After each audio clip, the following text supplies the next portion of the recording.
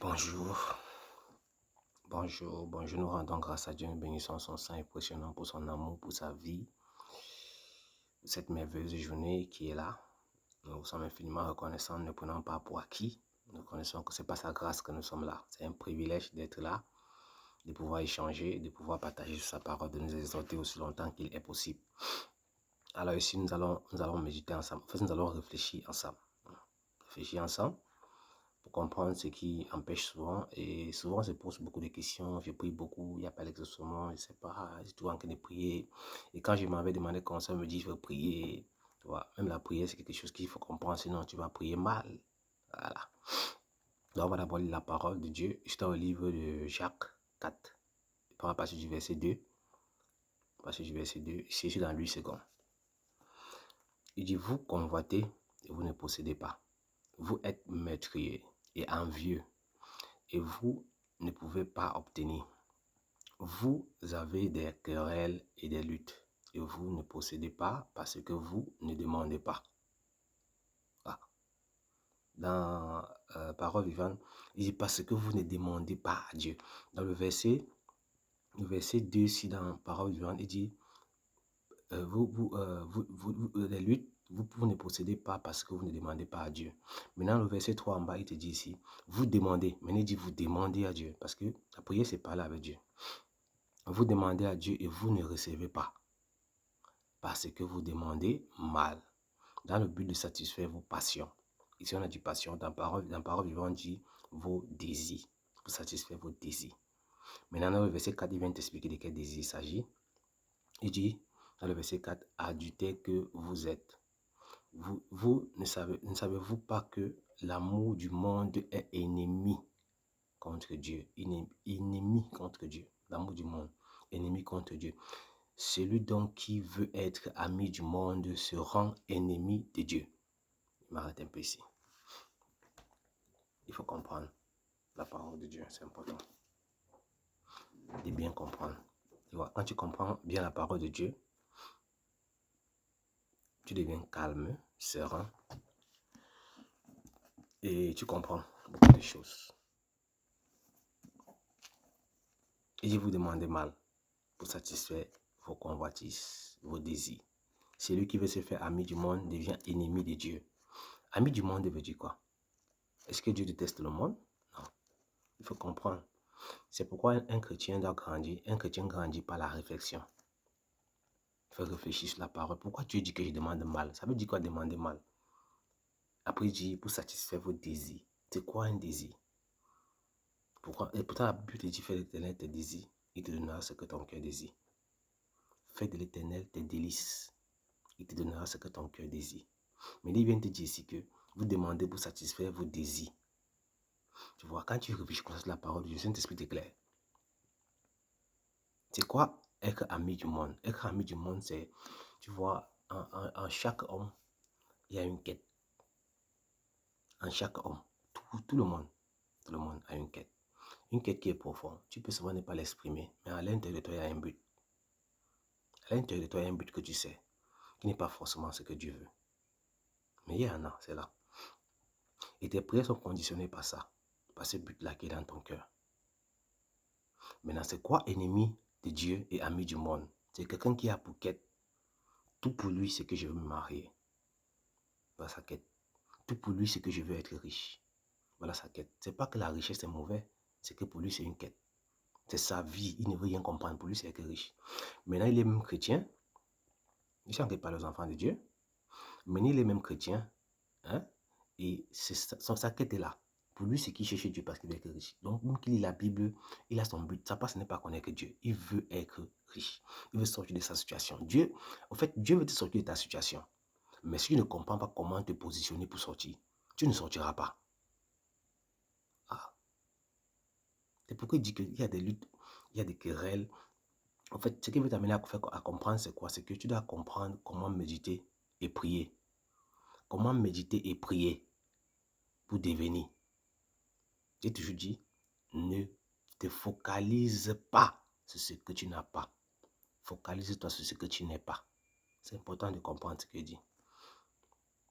Dieu va t'éclairer si tu focalises ton cœur pour comprendre la parole de Dieu.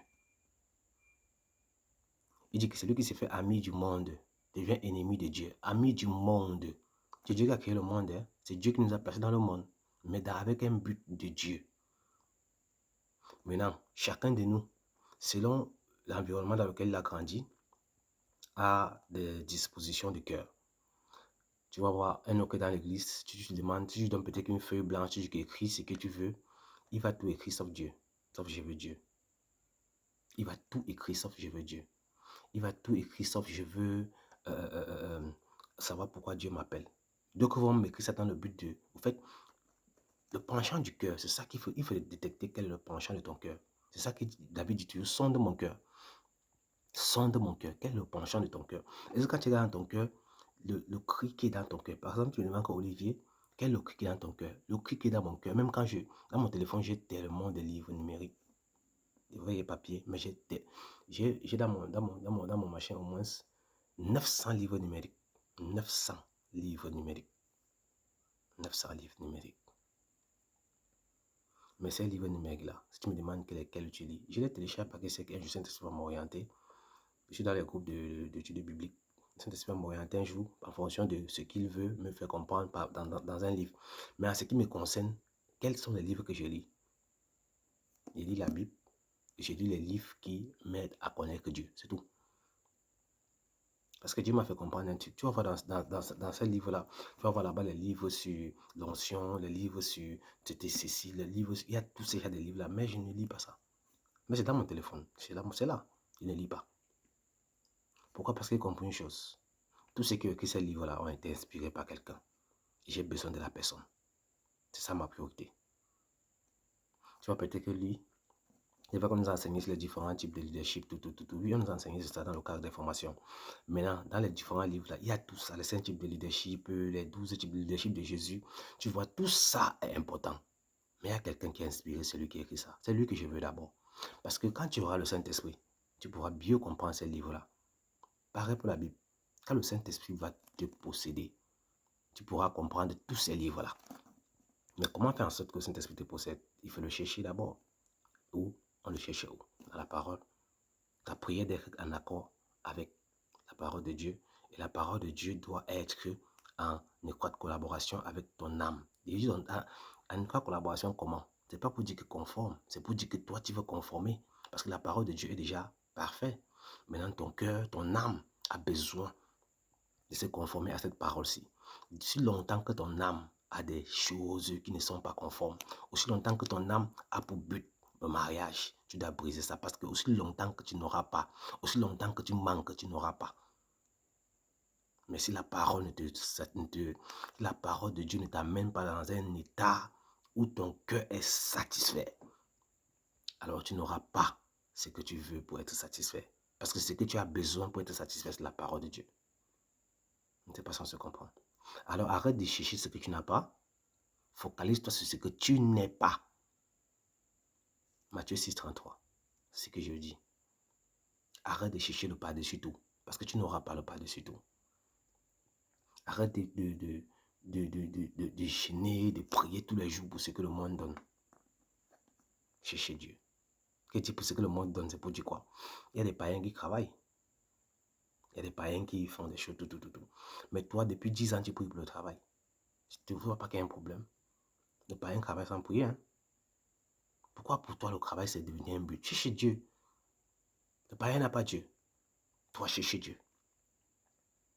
Ne regarde pas. Tu vas voir d'autres personnes, d'autres chrétiens, certaines personnes qui disent, oh, en fait, il a tellement prié qu'il me dessus, commence à dire, ah, le païen qui travaille, machin, tout. Oui, le païen travaille. Réfléchis. Si toi tu réfléchis, tu fais grâce à qui il veut. Dieu fait grâce au païen. Pourquoi pour toi est compliqué? La parole de Dieu. La parole de Dieu. Lis la Bible pour conformer ta vie et non pour hériter sans te conformer. Lis la Bible pour conformer ta vie. Ne vous conformez pas au siècle présent parce que se conformer au siècle présent, c'est ce que ça veut dire. C'est être ennemi de Dieu. Ça veut dire Dieu dans l'église, tout à part, c'est mon mariage, mes enfants, ou ceci, machin, tout. Je n'accouche pas. Va ta priorité. Il faut que j'ai un enfant. Qui t'a dit que Dieu veut que tu aies un enfant? Pourquoi tu ne peux pas comprendre la souveraineté de Dieu? La souveraineté de Dieu, c'est quoi? tu regardes à Dieu. Que tu sois marié ou pas, tu regardes à Dieu. Que tu aies un travail ou pas, regarde à Dieu. Parce que si tu fais de Dieu ta priorité, il est fidèle. Hein? Tu donnes ce que ton cœur désire. Mais qu'est-ce que ton cœur désire? En fait, tu vois, la parole de Dieu, c'est quelque chose de très fort. Il dit, fais de tes désirs, tes délices. Il te donnera ce que ton cœur désire.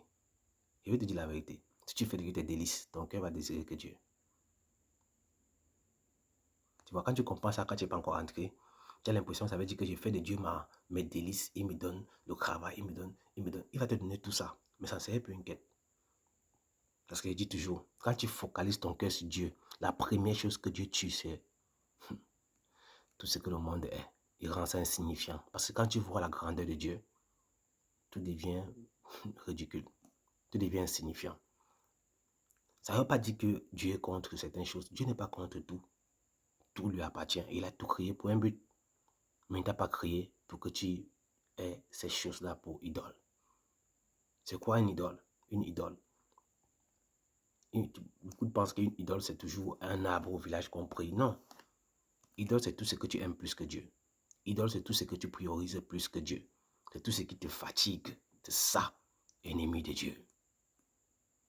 Tu vois, un travail peut être ennemi de Dieu. Parce que pour ta part, c'est ça.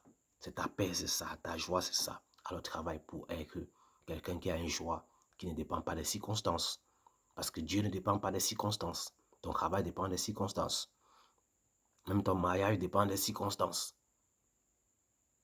Tu peux être marié lundi, dimanche tu peux marier. Mais Dieu, lui, il ne dépend pas des circonstances. Donc cherche ce qui est permanent. Il te donnera ce qui est permanent. Amen.